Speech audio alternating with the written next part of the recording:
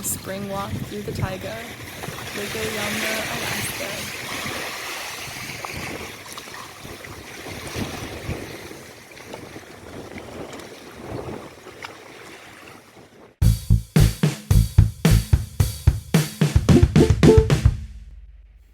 In this video, join me and my friend and the dogs for a walk through the Taiga. The Taiga is an incredible place, especially in the spring when you have such incredible sight through all the plants. So if you'd like to see more, join me for this random film adventure, and feel free to ask any questions if you have them in the comments down below. I'm also gonna put in the obligatory, if you like these videos and would like to see more of them, go ahead and hit that like button and that subscribe button to know when I post, or I guess the notification button if you want to know when I post new videos, but the subscribe if you want to make sure those videos pop up in your feed. Thank you so much for watching. I hope you enjoy this video of the Taiga forest with the dogs. Going on an adventure. You ready, Mom? We were able to use the side-by-side to get ourselves to the trail that is close to the lake, so we can actually walk through the Taiga forest and enjoy the lake views when we get there. The Taiga is an incredible landscape. It is where the trees, the spruce and the cottonwoods and the alders start encroaching upon the tundra. So it is a mixture of that bog edge and the forest encroaching. That is what Taiga is. And this is a prime example of Taiga forest.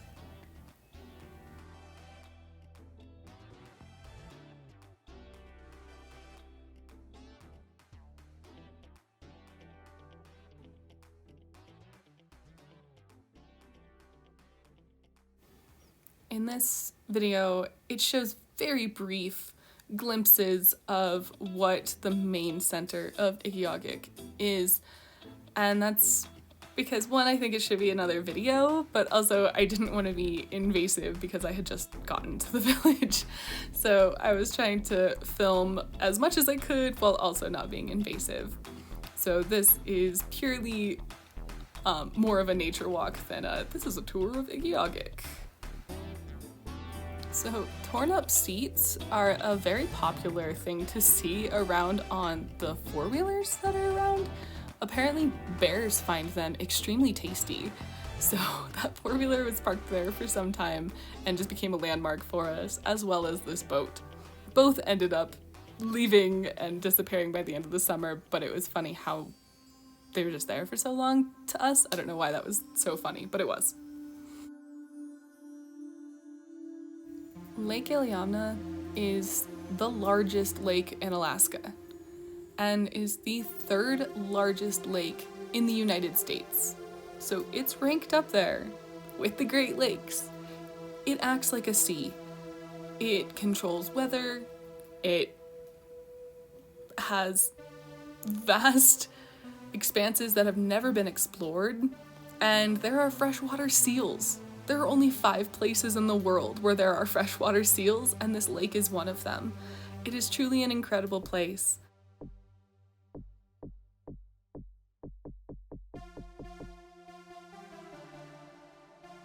What's even crazier is the lake bed is smaller than it used to be.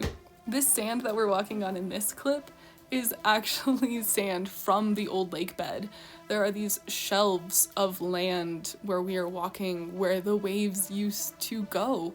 And it's so incredible to think that thousands of years ago, this lake was even larger than it is today. And we can see the old shoreline from images from above, as well as the archaeological record.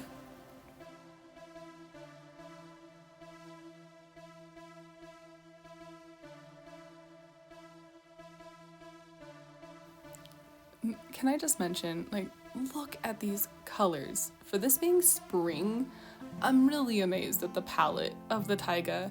I mean, obviously it explodes from this point forward when it comes to the summer timeline, but it's really impressive how many colors are within a dormant landscape.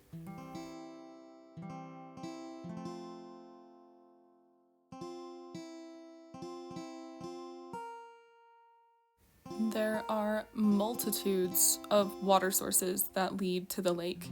There are creeks, there are rivers, there are ponds nearby.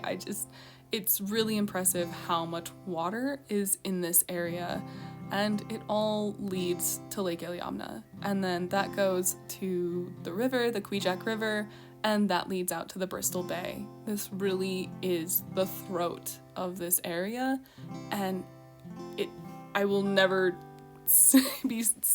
I will never cease to be amazed by this area and just what spring brings, like robin eggs. I do think it's important to mention that around 50 years ago, if not closer to 40, none of these trees were here. This was minimally even seen as a taiga forest. It was more so tundra. Most of the forest around here is very young, but as temperatures have warmed up in this area, it has allowed for trees and larger plants to encroach upon the tundra. And it's really interesting to hear a lot of the local stories about how they remember there not being any trees around at all, and you could see for mass distances. And I think that's extremely important to know and recognize about this area.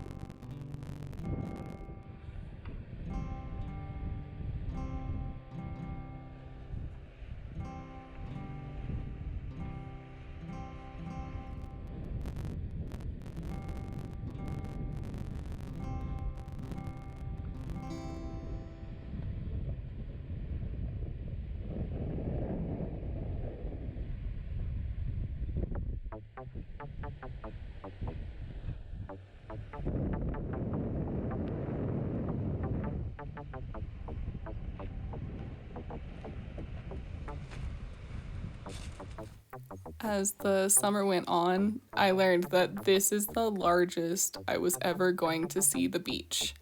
As the snow melts from the mountains and the ice melts from the rivers, it really increases the water level of this lake, and the shoreline shrinks a lot. So now that I know that, I will definitely be doing way more beach exploring in the spring, since that can't really be delayed.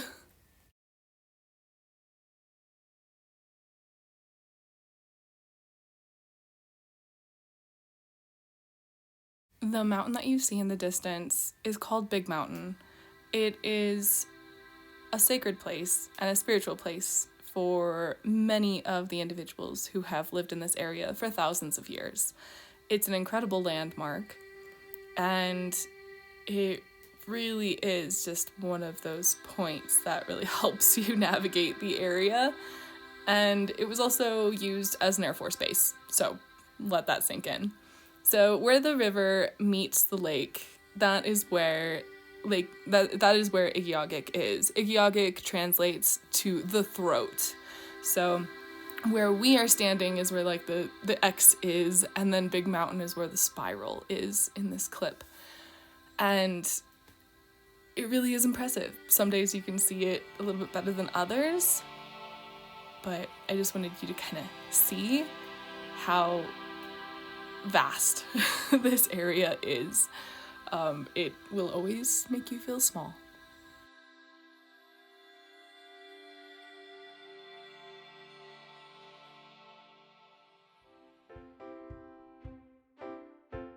Since these clips are taken in early spring, it was just so incredible to see all the pussy willows that were coming in.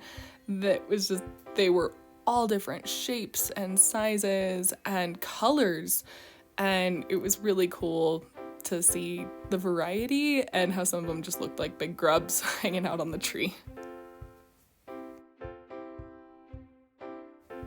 As we were walking down this path, we hit water, and it was definitely too deep for us to cross in the gear that we had, and so this was where we decided to turn around on this path.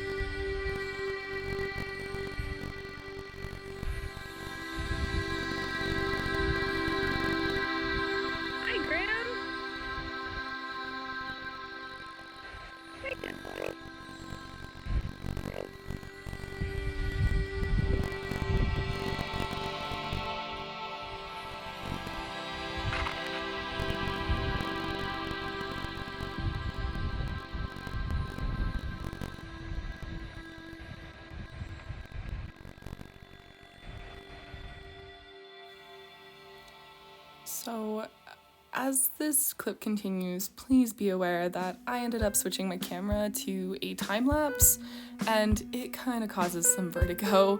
If you have that issue, I would stop here or just skim, but I did have some things in here that I thought were still interesting, so if you can handle this, feel free to continue, but if that bothers you, I would definitely stop here.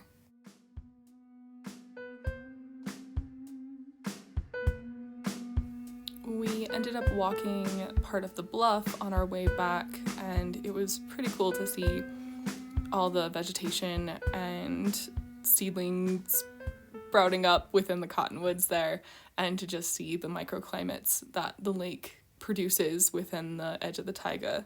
It was just very cool to see, and I hope that you're able to see some of that variety in this hectic filming.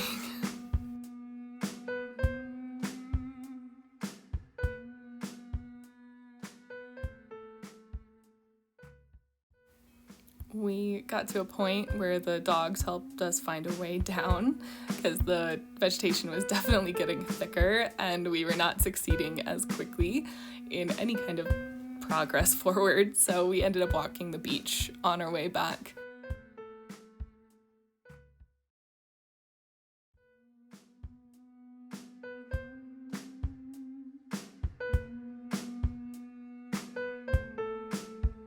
This early in the season, there isn't much to find, but if you're looking, you can definitely find things. I would say fireweed shoots is going to be a huge one. That's what we're collecting in this shot. Horsetail shoots is also another one, but be careful if you shouldn't ingest high amounts of silica or are prone to kidney stones. And there are ferns, fiddlehead ferns. All of those are very prevalent this time of year and in very similar areas.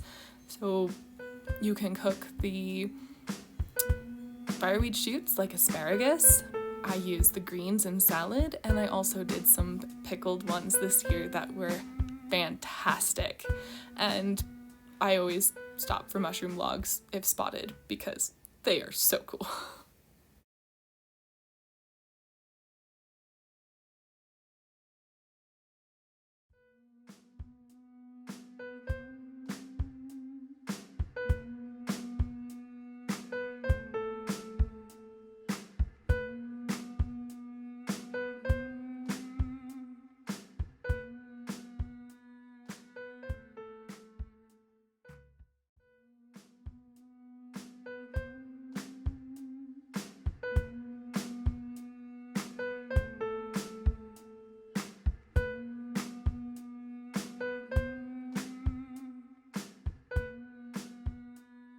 As the clips get us closer to beach landing and we pass the barge materials, I just wanted to say thank you for tuning into this video.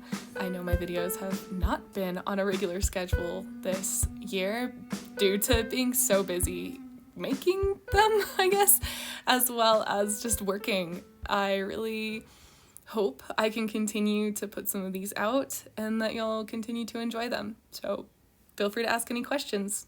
Stay inspired, everyone.